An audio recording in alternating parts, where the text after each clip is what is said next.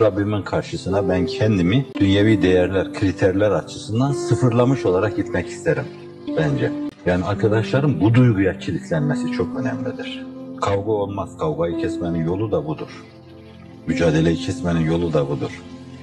İnsanlar yer değiştirilmeden rahatsız oluyorlarsa, yer değiştirirken müsavi yere intikalden rahatsız oluyorlarsa, bir kadem aşağıya düşmeden rahatsız oluyorlarsa bu cemaat istikbal vaat etmez. Halihazırda belli dinamiklere dayanarak ayakta durabilir de fakat istikbal vaat etmez. Bu cemaatin gelecekte boğuşması, yaka paça olması kaçınılmazdır. Bu cemaatin, üstadla çerçevelenen bu cemaatin hususiyeti, hasseyi, lazime-i gayri müfarikası ben dememektir. En ehven yani şirk işmam eden, düşüncenin en ehveni sayılan nahnu sözüyle yoluna devam etmesidir. Biz demek. Heyete Allah'ın lütfu, mülazası ve düşüncesiyle hareket etmektir.